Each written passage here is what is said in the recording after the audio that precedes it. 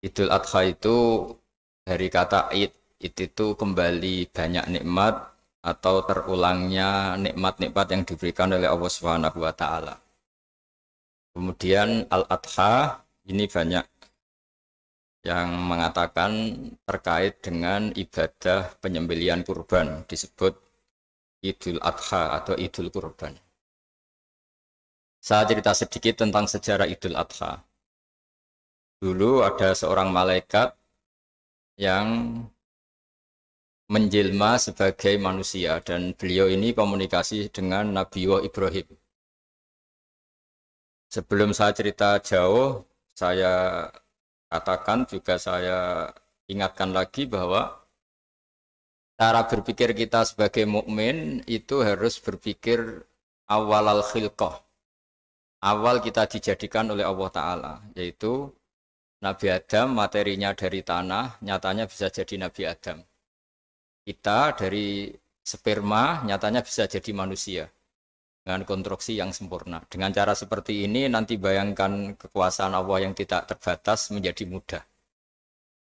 Saya teruskan, si malaikat tadi tanya ke Nabi Ibrahim, saya minta kambing kamu. Oh ya, silahkan. Asal kamu melantunkan kalimat tasbih, terus dibaca tasbih, indah sekali, merdu, terus bisa minta tambahan kambing, ya. Sampai beberapa kali. Demi Allah, ini baru kambing, baru hewan. Andaikan anak saya pun, kalau demi Allah saya kurbankan. Singkat cerita, versi riwayat ini, suatu saat Nabi Ibrahim diuji dengan dimintanya anak untuk dikurbankan. Ketika beliau atas nama seorang bapak agak keberatan, terus diingatkan ulang oleh Allah Ta'ala, janji beliau demi Allah, anak pun saya kurbankan. Walhasil akhirnya beliau melakukan itu. Dan karena Allah hanya menguji, tidak niat betulan supaya anak itu disembelih, akhirnya diganti oleh kambing. Jadilah tradisi kurban itu pakai kambing. Kemudian secara fikih ada padanan-padanan yang cukup menggantikan kambing, yaitu ada sapi, ada unta, dan seterusnya, dan seterusnya. Yang menarik dari sekian referensi yang saya baca, dan ini harus disosialisasikan lah. Sebagian versi itu adalah bahwa Nabi Ibrahim ketika diangkat di alam malakut, di alam langit sana, itu ketemu Allah, kemudian Allah tanya, Ibrahim, banyak hamba-hambaku yang durhaka, tidak tahu saya sebagai Tuhannya. Terus kata Ibrahim, usul ya fa'amidhum, bunuh saja ya Allah. Setelah itu tanya lagi, ada yang pezina, ada yang koruptor, ada yang pokoknya dosa-dosa yang buruk sekali. Dan di semua itu Nabi Ibrahim usul, mereka hidup di bumi engkau ya Allah, makan rezekimu ya Allah, maka mereka enggak sopan sekali, enggak ngerti engkau. Terus singkat cerita minta itu diadab, siksa. Suatu saat versi referensi ini di kitab Hikam, kalau di kitab saya halaman 15 juz 2, suatu saat Nabi Ibrahim itu diminta sama Allah menyembelih Ismail. Ini penting sekali. Setelah disuruh menyembelih Ismail, Nabi Ibrahim komplain. Ya Allah, ini anak saya, samratu fuadi, buah hati saya, kenapa engkau seenaknya minta saya sembelih? Gitu. Enggak bisa ya Allah, ini samratu fuadi, buah hati saya. Terus kata Allah, orang-orang yang durhaka yang kamu usulkan supaya saya bunuh itu hamba saya menciptakan mereka, dan saya mencintai mereka, karena itu ciptaan saya. Anda enak saja usul saya matikan, saya bunuh. Sekarang ketika Anda usul, saya tidak mikir. Kenapa ketika saya usul kamu mikir? Terus akhirnya Nabi Ibrahim mau oke ya Allah terus. Setelah itu terus semenjak itu Nabi Ibrahim itu begitu sayang sama hamba-hambanya Allah. Sehingga dari cerita yang paling masyhur ketika Abu Bakar As-Siddiq begitu lemah lembut sama hamba-hamba Allah yang lain, Nabi Muhammad mensepadankan dalam hal ini sama Nabi Ibrahim, hati kamu sehalus Ibrahim. Yaitu Nabi Ibrahim, beliau akhir-akhir punya komitmen, faman tabi'ani fa innahu minni wa man asani fa innaka ghafurur rahim. Ya Allah, orang yang ikut sunnahku maka jelas bagian dari saya. Dan yang sedang durhaka, waman asoni, saya harapkan fa innaka ghafurur rahim. Engkau Maha Pengampun, Maha Penyayang. Semenjak itu menjadi sunnatan mutaba'ah bahwa agama ini agama rahmatan lil alamin, bahwa melihat kemungkaran, melihat kebodohan, ketimpangan, itu komitmen kita ini membenahin, bukan menghabisin. Melihat kesalahan, komitmen kita ini in uridu ilal islaha mastata'tu. Komitmen kita ini ingin lebih baik, bukan mengacaukan dunia ini. Semenjak itu terus syariat-syariat Islam disebut anit tabi millata Ibrahim Hanifa, bahwa kita mengikuti millahnya Ibrahim. Sebab itu kemudian setelah ini menjadi sunnatan mutaba'ah, bahkan banyak ulama yang berpendapat ketika Rasulullah SAW Mi'raj, itu dari sekian Nabi Ulul Azmi yang enggak ketemu itu Nabi Nuh. Nabi Nuh alaihissalam, padahal termasuk Nabi Ulul Azmi. Itu banyak yang menganalisis karena Nabi Nuh itu pernah berdoa, Rabbi la tadhar alal ardi minal kafirina dayar. Nabi Nuh adalah nabi yang pernah cara Jawa maksudno kaumnya, mendoakan buruk sama kaumnya, dan itu tidak manhaj, tidak metode yang Nabi Muhammad disuruh ikut metode itu, tapi Nabi disuruh ikut manhaj atau pola sosiologi, pola dakwah atau pola sosial yang harus mengikuti Nabi Ibrahim anit tabi millata Ibrahim Hanifa. Nabi Ibrahim itu orang yang sangat lemah lembut, yang ngendikan faman tabi'ani fa innahu minni wa man asani fa innaka ghafurur rahim. Sebab itu teman-teman yang di Kanada, yang di mana-mana, kita ngikuti status ilmu hakikat. Di ilmu manusia, negara ini milik Kanada, milik Amerika, milik Eropa misalnya, atau milik mana sajalah. Tapi di status ilmu hakikat, semua itu milik Allah. Sehingga di antara ciri khas Islam adalah kalau dulu agama-agama lain harus salat di tempat peribadatan mereka, Islam mengatakan ju'ilat lanal ardu kulluha masjidan. Semua bumi Allah itu masjid, tempat sujud. Sehingga orang Islam fa'enama adrokatu sholat, kamu kapan saja ketemu waktu sholat, ya sholat. Semua bumi Allah itu tempat sujud. Sehingga suatu saat sahabat yang biasa siaha, biasa hidup di perantauan, Nabi memberi nasihat, al-bilad biladullah wal ibad ibadullah. Fahaitsuma asabta khairan fa'akim. Semua negara itu milik Allah. Semua hamba dimanapun juga hamba Allah. Kamu di mana saja mendapatkan kebaikan, ya silahkan berdomisili di situ. Saya pernah di Korea, itu asik karena itu yang orang-orang katanya teman-teman. Saya ini di rumah itu enggak kiai, Gus. Sering di sawah, sering di Tegal. Gara-gara di Korea jadi mufti gitu. Karena enggak ada kiainya gitu. Jadi orang-orang yang enggak jadi kiai di Jawa, mungkin kalau di luar Jawa atau di luar Indonesia malah jadi kiai gitu. Artinya gini, pentingnya jadi kiai bukan menjadi gagah, itu enggak, tapi begini. Dulu bawaannya rakyat itu kan kalau ke masjid komplain, ada masjid bocor kayak ada keran yang kurang baik. Tapi kalau sudah jadi kiai itu tahu rasanya. Betapa nata masjid itu susah, ngelola masjid itu susah, nyari imam itu juga susah, melanggengkan jamaah juga susah. Jadi pentingnya jadi kiai itu bukan gagah-gagahan jadi imam, tapi bertanggung jawab atas proses yang berjalan. Jika dulu di antara nasihat bapak saya, bapak itu termasuk orang yang nggak suka sama orang tawadhu, orang yang sopan. Dulu saya juga iskal itu janggal. Kata bapak, wong tawadhu itu apik, orang sopan itu baik. Tapi biasanya itu cara orang menghindari tanggung jawab. Disuruh jadi kiai nggak mau. Tapi kalau ada kiai salah komplain itu. Disuruh jadi menteri nggak mau, kalau ada menteri salah komplain itu. Disuruh jadi apa nggak mau. Kesannya tawadhu, tapi sebenarnya hanya menghindari tanggung jawab. Disuruh pidato nggak mau, disuruh jadi MC nggak mau. Tapi kalau ada orang salah komplain itu. Jika kata bapak tawadhu itu baik, asal tawadhu betul. Gitu. Tapi kebanyakan nggak, tawadhu itu menghindari tanggung jawab sambil cari salahnya orang lain. Nah ini yang tawadhu yang akhirnya kurang baik. Nah teruskan, jadi Nabi Ibrahim ini panutan yang luar biasa. Beliau adalah orang yang alami sekian proses sosial yang akhirnya diakui sebagai Khalilur Rahman, orang yang sangat dicintai Allah Ta'ala. Di antara sebab dicintainya Nabi Ibrahim adalah seperti yang dialami Nabi Adam.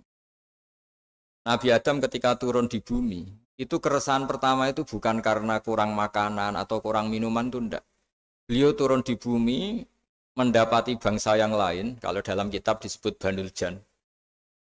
Itu dia janggalnya Masya Allah. Ini orang makhluk-makhluk ini kok tidak kenal sama Allah yang menciptakannya. Kan aneh ya kalau kita hidup di Kanada terus nggak tahu PM-nya siapa, Perdana Menterinya siapa, kita hidup di Indonesia nggak tahu presidennya siapa. Itu kan aneh. Kita hidup di kampung nggak ngerti lurahnya siapa aja aneh. Ini hidup di buminya Allah kok nggak tahu Allah itu siapa. Nggak pernah menyebut Allah. Padahal harusnya yang paling dikenal pertama itu ya zat yang menciptakan kita, menciptakan langit bumi dan sebagainya. Sehingga beliau itu gerutu itu komplain. Ya Allah ini enggak fair dunia ini, engkau yang menciptakan, engkau yang memberi rezeki, kemudian mereka enggak kenal engkau. Ini kata Nabi Adam alaihissalam. Barokahnya komplain itu, jadi komplain itu yang diridhoi Allah juga banyak. Akhirnya Allah meridhoi Nabi Adam, dosa-dosanya, salahnya itu diampuni.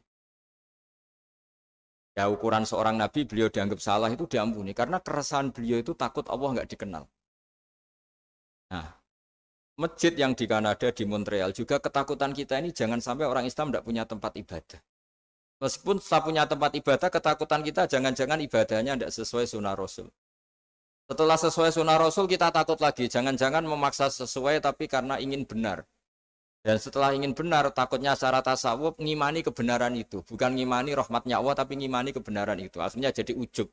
Ujub itu bangga amal diterima karena kebaikannya, bukan karena fadlnya Allah, karena anugerah. Nah ketakutan-ketakutan ini khas orang soleh. Orang soleh itu kalau nggak sholat takut. Setelah sholat takut nggak sesuai syarat rukun.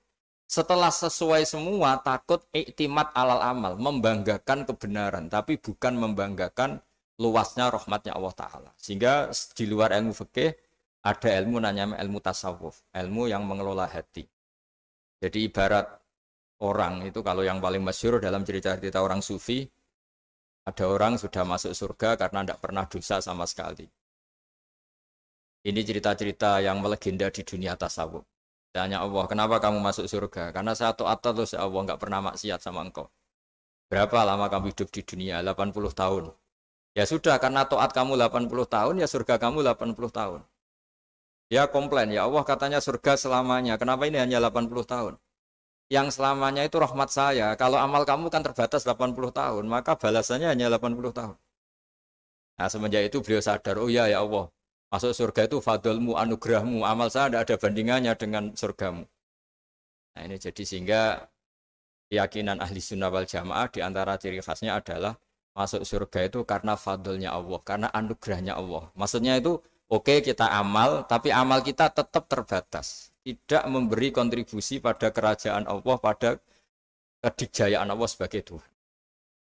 Yang tidak terbatas adalah fadlnya Allah Subhanahu wa Ta'ala.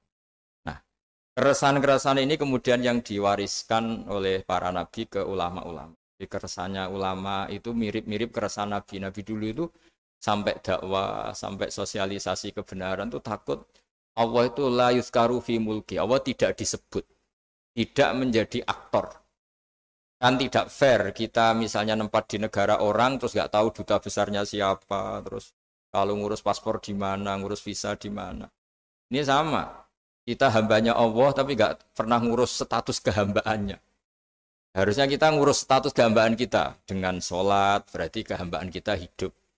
Dengan baca tasbih berarti kehambaan kita hidup.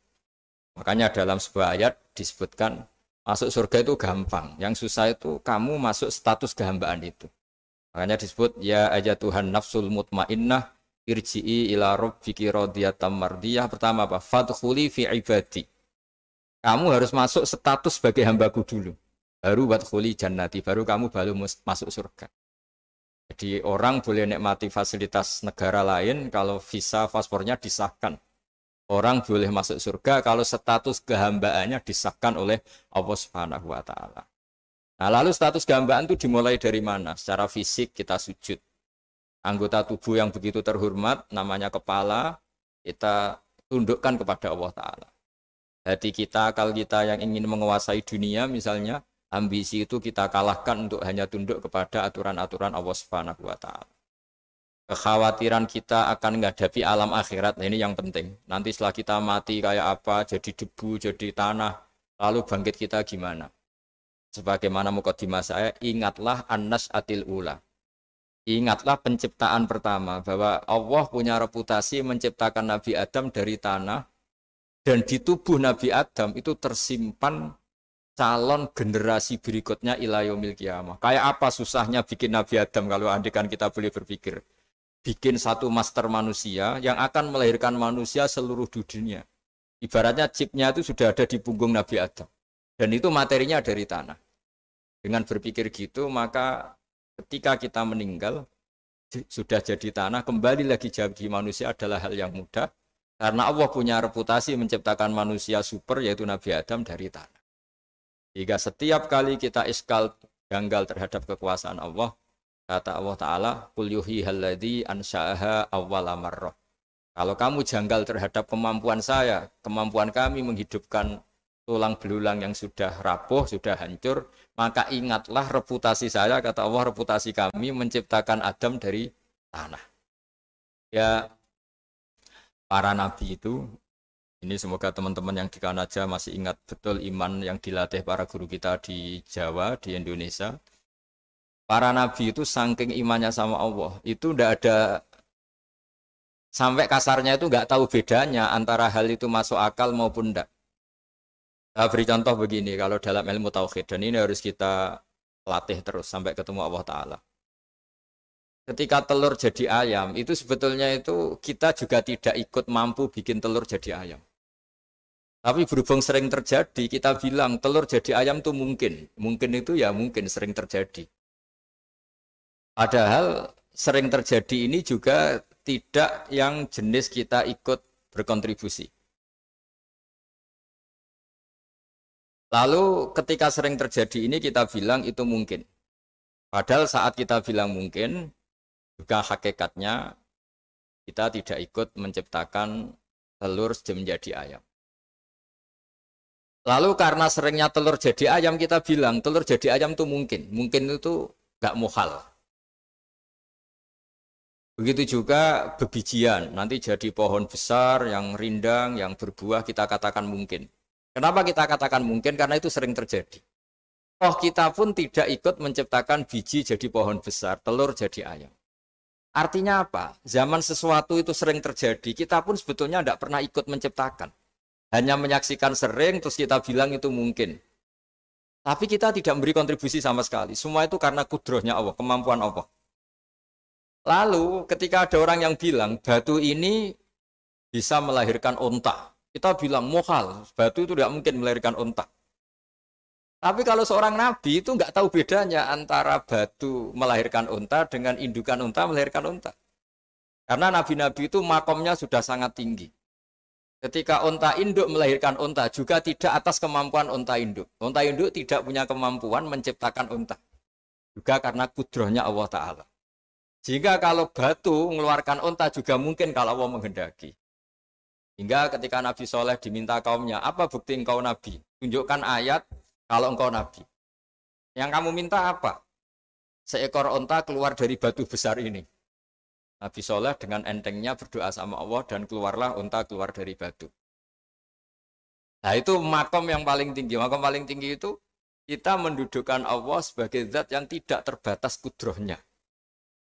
Hingga para nabi itu terus punya mukjizat. Nah, mukjizat itu tuh mengingatkan ulang bahwa Allah itu tidak terbatas kemampuannya. Bagaimana unta keluar dari batu besar zaman Nabi Soleh, zaman Nabi Muhammad air keluar dari jemarinya Rasulullah SAW, Nabi Ibrahim dibakar tidak mempan, tetap sehat, tetap bugar. Karena semua ini sebagai bukti bahwa kudrohnya Allah tidak terbatas. Iman-iman seperti ini harus kita jaga. Apapun rasionalitas kita dan meskipun kita selalu rasional, tetap menyisakan iman bahwa kudroh Allah itu tidak terbatas. Sehingga ketika ada cerita kematian orang soleh itu ditangisi langit dan bumi, kita tidak usah iskal, tidak usah janggal. Masa bumi bisa menangis? Karena kita yang sekarang bisa nangis adalah materinya dari tanah. Materinya dari bumi. Terus iman ini kita jaga sehingga kalau kita yasinan, masih ingat, Allah kalau mengingatkan kudrohnya yang tidak terbatas, manusia disuruh ingat, Qul yuhyihalladzi ansha'aha awwala marrah. Kamu harus ingat bahwa Allah itu yang menghidupkan kamu menghidupkan semuanya ketika kamu belum menjadi seperti ini. Jadi intinya itu kita ingat meskipun telur itu lazim jadi ayam, tetap tidak karena kudrohnya ayam itu, tapi karena kudrohnya Allah. Indukan unta melahirkan anak unta juga bukan kemampuan indukan unta, karena ini juga makhluk yang lemah, tapi juga kemampuan Allah Subhanahu wa Ta'ala. Sehingga dengan demikian kita termasuk hamba Allah sesuai target yang diingatkan Allah. Falamma tabayyana lahu qala a'lamu annallaha ala kulli syai'in qadir. Hamba Allah yang baik adalah hamba ketika menyaksikan fenomena apapun, semua itu li ta'lamu annallaha ala kulli syai'in qadir wa annallaha qad ahata bi kulli syai'in ilma. Apapun di alam raya ini semuanya itu bukti bahwa Allah ala kulli syai'in qadir, Allah kuasa dan Allah meliputi semua makhluknya dalam pandangannya, dalam pantauannya. Jadi saya mohon teman-teman yang di Montreal, yang di Kanada, juga di manapun harus ingat status hakikat bahwa al-bilad biladullah wal ibad ibadullah wa haitsu ma asabta khairan fa'akim. Negara hakikatnya milik Allah, semua hamba juga milik Allah. Di mana saja kamu berada dan menemukan kebaikan, silahkan hidup di situ. Tentu dengan sosialisasi yang baik, baik dengan non-muslim maupun dengan muslim, karena Allah mengajarkan wa qulu linnasi husna. Ajaran Islam adalah rahmatan lil alamin, rahmat bagi semua. Tentu tidak henti-hentinya kita menjelaskan kebenaran yang diinginkan oleh Allah Subhanahu wa Ta'ala. Saya kira demikian karena saya juga ini di sini sudah malam. Jadi saya mohon maaf mungkin tidak bisa ikuti tanya jawab karena di sini sudah malam, apalagi tadi habis takziah saya karena ya ada mas saya yang sudah sepuh sekali wafat, terus tadi barusan datang, jadi mohon maaf tidak mengikuti acara mulai pertama. Tapi saya mohon ayat-ayat Quran yang saya terangkan tadi bahwa untuk mensifati Allah kudrohnya tidak terbatas.